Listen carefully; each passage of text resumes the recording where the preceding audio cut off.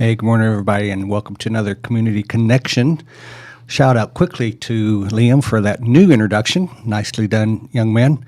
I noticed that you gave a better profile and a better short video of me in that, and so thank you for that. You're going places in this company. Hey, shout out to our ambassador to Gen Z, or the ambassador for Gen Z to all boomers, our very own Taylor the Melvinator. Good morning. Good morning. I'm loving that. Are you? Yeah.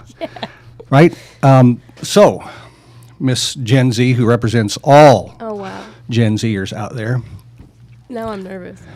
based on our guest today, I'm going to ask you the first question. Oh, dear. What do you love about living in this city? I feel like it's a very artistic town. It's a smaller town, but people seem to be very passionate here, regardless of what they're passionate about. Yeah. That's a good answer. Thank you. Yeah, I had a visit from my daughter from Kentucky yesterday, and we literally drove around downtown, even though it was raining. We got out and stuff, and she commented, "There's a lot of art down here. This is an artistic town." And it's like, so you nailed it there. Thank you. Mm-hmm. So we also have a guest host with us today. Our friend Claudia couldn't be with us today, so Jeff Nitz is stepping in. Always good to see you, Jeff. Good to be here, Mr. Day. Hey, won't you introduce us to our guest? I would love to do that. So, about a month ago, I was in my Rotary Club meeting, and we occasionally have speakers come. And sure enough, I looked up and I saw our mayor of Lynchburg, Stephanie Reed, presenting there. And she had a great set of thoughts to share with us. And as I was hearing her share her own life experience, I thought, what an interesting story, and one I thought that dovetailed in many ways with our ministry. And so I asked her if, actually her husband, who's in our Rotary Club, if she might be willing to do this, and he connected me, and ultimately we got her here. So we're very glad to have you here. Thank you. Mayor Stephanie Reed. Thank you so much. Yeah. Appreciate it. So one of the things we like to do with our guests is to talk about their why or ask them about their why. And so you're on a mission, right? You have been given a task. So why now in this space doing this job? Well, thank you for having me this morning. It's a long why, so I know I have limited time, and I would just say the first reason I believe that I'm here is because the Lord asked me to do it. So it's really a step of obedience that I have taken, a 2-year journey of from this moment I started campaigning, and then I won my election and got sworn in January. And really out of obedience to that call, now is really each day is really trusting in what God is now laying out before me to do. And in the last 6 months, I really believe what I'm seeing as my why beyond the obedience is really just serving our city and serving with a compassionate heart as we're called to do. Being a public servant for our city and for our citizens. So obedience, service, and showing compassion. Well, public servants often don't get thanked for their service because it can be a thankless kind of a job. It takes some folks with courage to do that. And so thank you for stepping into that space and dealing with a lot of difficult issues. Not just in the city, but right, every city, every town, every state right now, our nation has a lot of issues, and it seems to be overwhelming. So I think anybody who has the courage to step into that space with an attitude of compassion ought to be thanked. So thank you for that.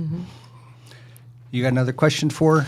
Yeah, so some people would say it's almost impossible to be a Christian, a real faith-filled person in the space of politics, to be committed to integrity, not half-truths. How have you found that your faith informs your political responsibilities? That's a great question.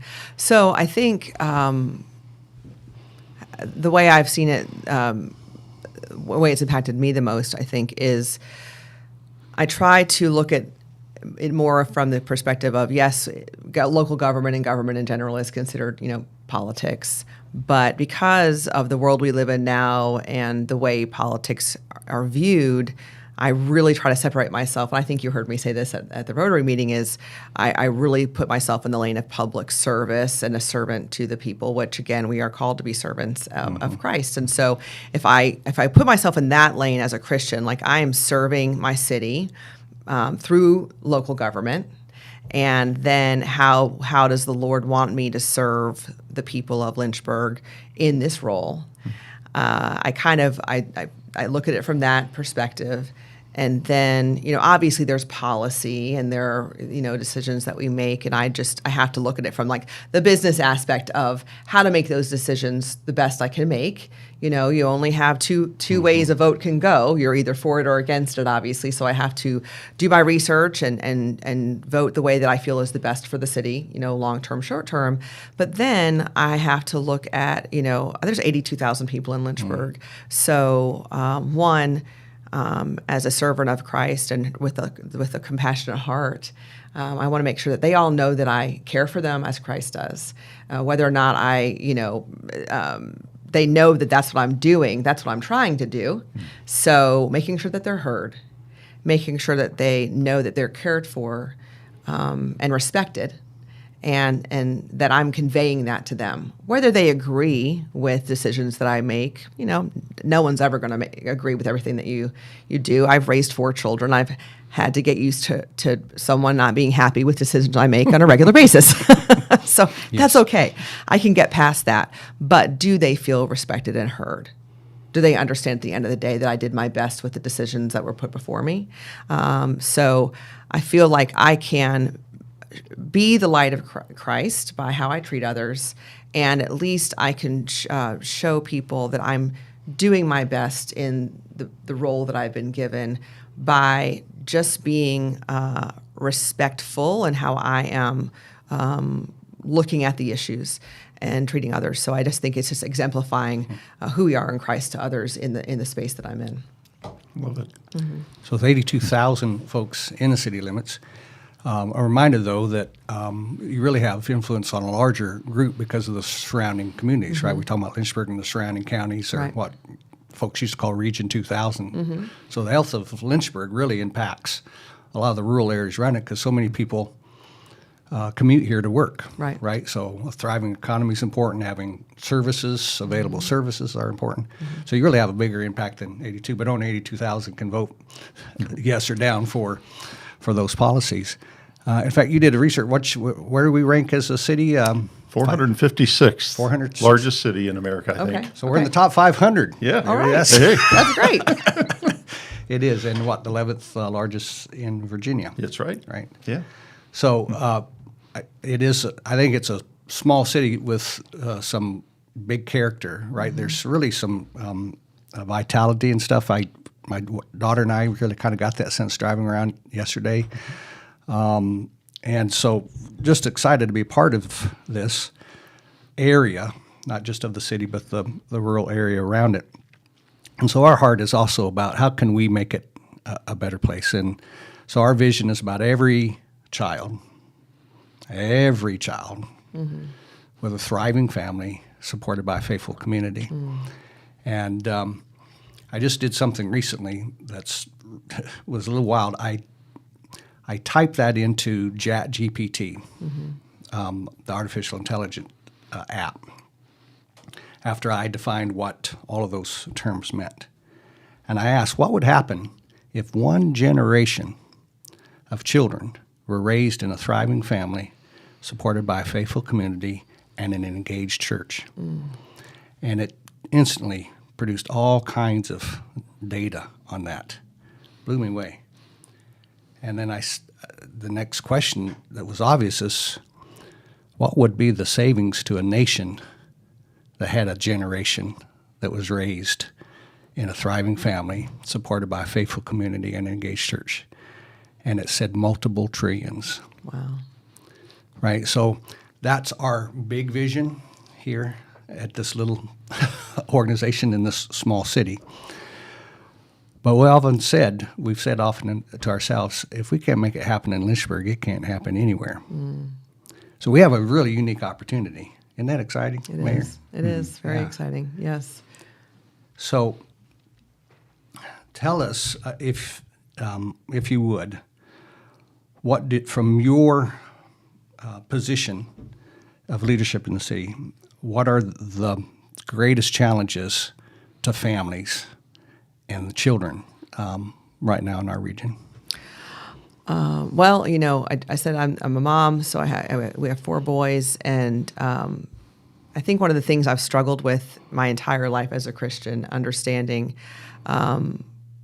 the sufferings of children, how that is allowed for. I'm not questioning God, but it's hard for me to understand and accept because of their innocence. And so whenever I read anything about a child suffering, when you hear about what's happening to children now in our city, it's very hard for me to accept. And the more I know about what's going on, I mean, I've gone out with our sheriffs, I've gone out with our police department, I've gone out with our fire department, I've sat in on 911 calls, I talked to our social services and CPS, our foster care programs. I understand some of the devastating situations that children in our city are facing, which just breaks my heart. And I wish that I could provide a home for all of them. I did a Father's Day post the other day for my husband, and I said I wish that I could replicate 1 million of you, so that I could provide a father like him for 1 million other children, because I understand the need for a thriving home for these kids. So programs like yours and services like this are crucial, because what's happening in our city, unfortunately, is not unique.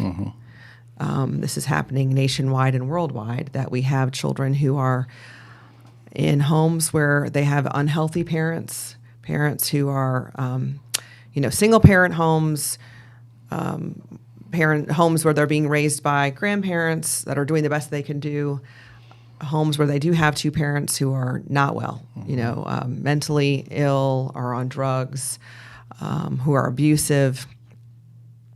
And then the children are removed from the homes, and we don't have enough foster homes or beds for them. There aren't always great foster parents, unfortunately, as well. So we have that problem. So, my goal is, in a dream world, is that every single child, not only in our city, but in every city, could have a healthy home to be in. You and I both know that we have so many great services, including yours, that want that same thing. And so first is making the city aware of programs like this that are in place to do just that, but also to get more people engaged in offering the care for the children that are in need of it.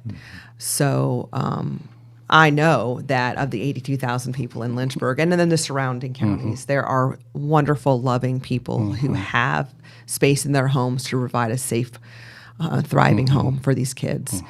A lot of them are scared of the idea of it. They've heard horror stories, and so it makes them hesitant of doing things like that.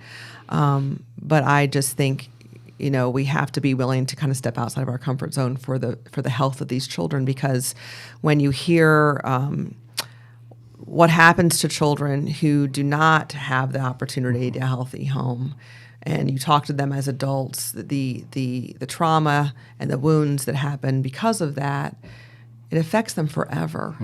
But the ones that you talk to who finally found a home by someone that was willing to give them that chance and push through the difficult times and just stuck with them, it changes that. The cycle can stop there, and it can change the trajectory of what could have happened to them, and they can become healthy. Absolutely. And so that's my prayer, is that we'll have more people step in and to fill in those gaps, because I really, I just don't want to see another one of our children become a statistic. Amen.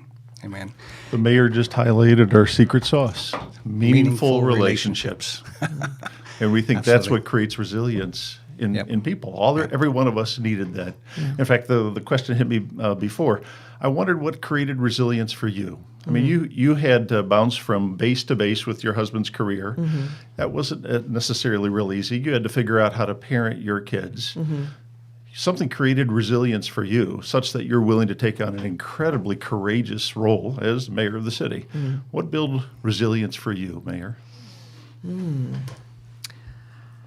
Well, I grew up in a household where my dad was a pilot, so he traveled a lot. So my mom had to do a lot of single parenting herself. So I think maybe that being modeled in my home, realizing that we had to be flexible, and we moved around a ton also. So I already had lived through that, having to figure out how to make new friends and set up a new house and in new cities and states constantly in our own household. I was the Lord was already preparing me for that life. And it had been modeled well by my mother and my parents, so that I wasn't scared of the challenges of being in a new place and trying new things and being around new places. And so then in the military, I had no choice. I had a choice, but wouldn't have been a good one to not do what we did. So I think it's something that's just in you. I knew what I had signed up for when Dale and I married, and that every 2 to 3 years we'd be going new places, and I knew that he wasn't going to always be with us. So it was just a choice, and it's an attitude. It's an attitude of which there were other military spouses that did not have the same attitude, but my attitude was, this is an adventure, this is an opportunity that God has given us. How can we make the most of it? And so I think resilience comes through is also how you choose to deal with the circumstance in which you've been given. Agreed. You can become a victim of your circumstance, but you can also choose to rise above your circumstance. And I think that's how we did, rather than going, oh no, we're moving again. Woe is me. I'm going to be in a new country where I don't know anything. This is going to be horrible, and I'm going to be angry about it, or I'm going to be scared about it. I chose to say, this is an adventure for our family. And so it was how I looked at it. And I think that is how we have to choose when life throws challenges our way. How do we choose to deal with it? This would be a good time to talk, to introduce you, Mayor, to our gathering, which is a function of Vision 30 and all the stakeholders of the community coming together to see how can we tackle some of these issues together. So let's take a look at that, Liam. I was first attracted to the gathering in 2019. Really, it was the mission or the cause that I understood, which was orphans and foster children and helping families. My friend Jen, who started Mosaic Collective and Jars of Hope, she had told me about it last summer, and she said, oh my gosh, there's this Vision 30, and it's this local community-focused vision, and it's really nice to know that there are people who are like-minded, who live out their calling Monday through Friday. With the agencies that are involved with the gathering and the Vision 30, all of the agencies have something to offer. Together, we can work to provide success in their lives. The gathering, the organizations, and the Care Portal are really just on-ramps for really a longer range relationship and helping families. If you are at all interested in helping and serving the community that God has put you in, then this would truly be a place to connect with some of those ministries around your church, because you can't do it alone. There's no way. And connecting with other agencies, other churches, other that share your vision of reaching the world, this would be a fantastic place to do that. The gathering is for people that don't even know that the seed needs to be planted yet. As important as it is for us who come regularly, it's more than, if not equally important, to have other people that have not been here before. I intend to make connections with these agencies to be a part of the success for the people who are served through these agencies and through Vision 30.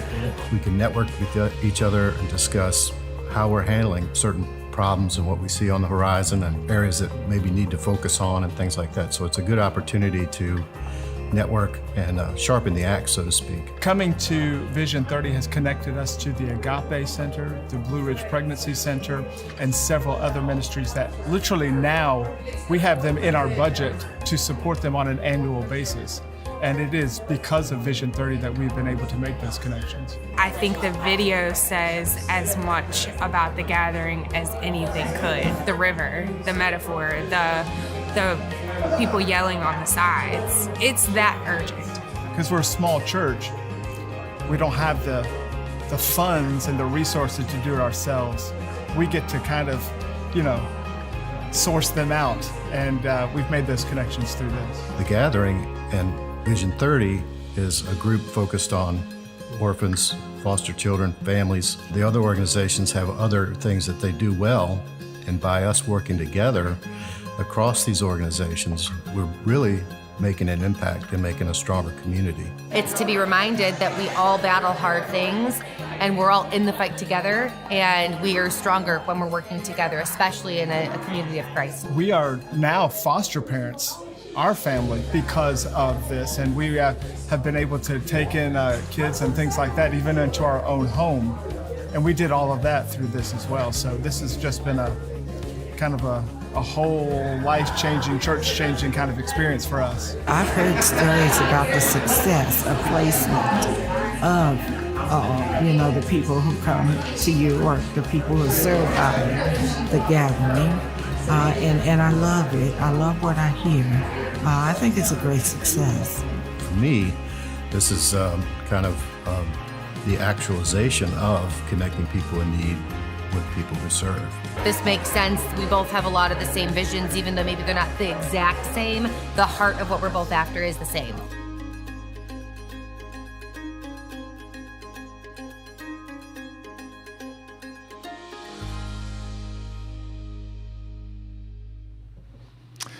So we live in a vibrant community. Lynchburg's a great city in many respects, and yet we also know there's a lot of needs. We can't help but watch the news and see there's some needs here that are pretty significant.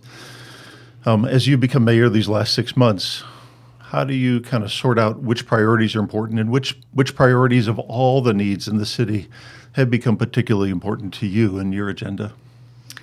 So public safety was the number one thing I campaigned on, because I've said, if our community doesn't feel safe, then I don't think anything else matters after that. And I've said, it doesn't matter what zip code someone lives in. Every family in our city deserves to feel safe. And we've had some situations recently that have been pretty devastating to the city. We've had the loss of a 6-year-old boy that was killed. And that one really shook me, because he was sitting in his bedroom in his house, right, and was killed. And, I met with his mother privately, and I had to be able to look at her in the eyes as a mother myself and tell her I'm going to do everything that I can to not only hopefully help as much as I can find, not that I can find the people that did it, but encourage the community to help do what they can to solve the case. I mean, obviously our police department that's their job, but I feel responsible because it happened in, I call it my city, and I considered her son one of our children. So someone recently called me, you're kind of like the mother of the city. You're kind of like the mother of Lynchburg. And I actually thought, I really do feel that way. I actually do feel maternal protection over our city, over all the citizens, and particularly the children, because like I said before, I want the best for every child in our city. I want them to all feel safe. I want them to all have opportunity in a future. I want them to have a 7th birthday. I want them to have an 8th birthday. I want them to have clothes and food and be provided for. And I don't want them, we have kids that go to school here, and that's the only meal they get. There's a lot of devastation that people aren't aware of that are happening to our children in this city that has come to my, I've been made aware of, that I feel very sad about. And I think I feel that weight and that burden on my shoulders as the mayor, like, how can I help? And I know I individually cannot solve all these problems, but I do feel a burden on me about it. So the safety issue is number one, because I want every person in our city to feel safe, and I feel badly that mother is feeling like I couldn't keep my son safe in his own bedroom. Right. Of all places. Of all places. Yeah. So that has been very hard for me to process and work through, because how do I can't prevent that. So all I can do is try to help support initiatives that support any type of programs and policies we can put in place to try to help prevent other crimes like that from happening. I did start the Taking Back Our Streets Community Coalition, which I know y'all have become part of, which is taking all of the services in our city that help provide outlets for our youth, to try to give them safe places to go and keep them off the streets in the afternoons, evenings, weekends, whatever they provide, and just getting services involved at all that help give alternatives in any capacity, and just the helping hands of the city to come in and go, hey, here's our concerns and the issues that we're dealing with. Anybody have any ideas? Anybody have any ways that we can address some of these issues? And people have really responded to it, and I think because of the death of that little boy, I think everybody's eyes are opening to like, we're willing to do whatever we can if anything can be done. So, And I think that's the solution. Is, if I may, Mayor, often we folks want to say, well, why isn't the city council doing more? Why isn't the mayor doing more? Why isn't the governor doing more? Or the legislature doing more? Why isn't the feds doing more? And there's only so much, right? They may have certain resources and certain power and authority, but ultimately it's going to take us, That's all right. of us in the community, to make this a better community. So we don't need as many police or as many jails or as many foster parents or as many homeless shelters we got to look into ourselves as the answer to our own question and to the solution to our own problems. So somehow we've got to build that, right? So please know that we're praying for you. Thank you. And for all the city leadership thank you. during these times. And anything that we can do, don't hesitate to call. We'll see what we can do, I right? appreciate that, yes. You got one good final question for the mayor, Jeff? You mentioned meaningful relation. We talked about that, about people getting engaged in somebody else's life and how much that can turn around, right? We know from a faith perspective what one person did in our lives, but we've had people that have invested in us and that made a tremendous difference, who saw us and saw the potential in us. Is there anything that you would share with our constituents here in Lynchburg and the surrounding community that would say why it's worth you investing in another life, just one other life that may be struggling? Why would your investment make a difference in somebody else's life? Oh, yeah. Well, I mean, because if you think about anybody that has taken the time to invest in you,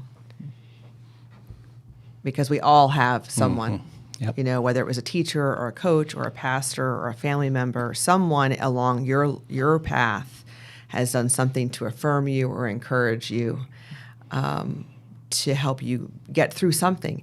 Or maybe if you didn't, you understand how much you needed someone to do that and how desperately you wished you had someone. So either you understand the value of the one that did that for you, or you understand how desperately you wished you had. So either way, you should understand how important that is for someone else and how having that can truly change someone. It is amazing the difference that even one affirmation can change someone's life. Just, if you are working with a child, like I was a substitute teacher, and it was amazing some of the kids that I would talk to, just telling them how great they did on one thing, and their eyes would light up. It is amazing what an affirmation will do to change someone's day, just feeling like they're believed in. And so imagine what taking that further can do for someone's life. And so I think if you're willing to take that chance, knowing that it's not about us, but it's about what you can do for one, and how that will then affect others, because it just is that trickle, has that pay it forward effect. Pay it forward effect. Yes, absolutely, yeah. Yeah. So it's about changing the culture of affirmation, encouragement, safety, and that's something all of us are responsible for. Often said that you can't do this wholesale; it's got to be done retail, right? Right. We look to the government to make wholesale kind of decisions for us. That's going to fix it. No, it's retail. It's going door to door, doing your thing, one at a time. Each family, each neighborhood, each community. That's hard work, but it's simple, really. I mean, it's not complex. Right. We look to government often to create these very complex, bureaucratic responses to some need. But the answer is pretty simple. It's meaningful relationships, and that's something that I can do. It's something all of us can do. It doesn't cost anything, right? So let's pray that we'll all rise to that occasion. Yes, absolutely. All right.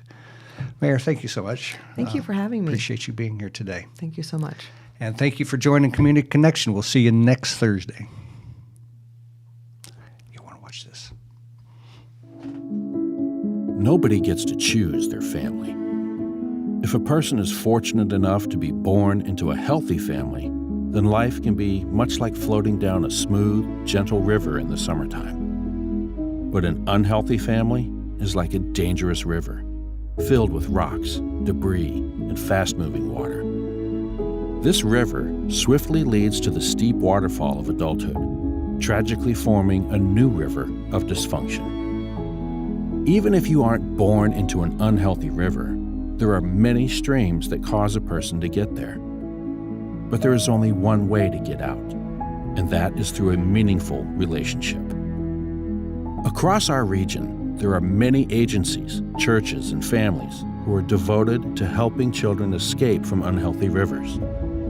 Some feel their role is to wade in and rescue children. They foster, adopt, or provide safe families.